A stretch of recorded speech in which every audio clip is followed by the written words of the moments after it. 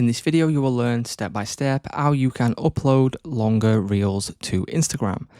So if you upload a reel over 60 to 90 seconds long, what you will notice is that this will then cut off at a certain period. Now, if we want to upload a longer one, we can open up Instagram, click on the plus icon. And what I'm going to do now is I'm going to upload this video here. As you can see, this is 2 minutes and a half. Now, you want to upload this to begin with as a post. This is very important. This will go onto your Reels section, as I will show in the next step. So as you can see, click on New Post. This will click on Next. And then once we select Next, if we go down and you can add any music or customize this as you like.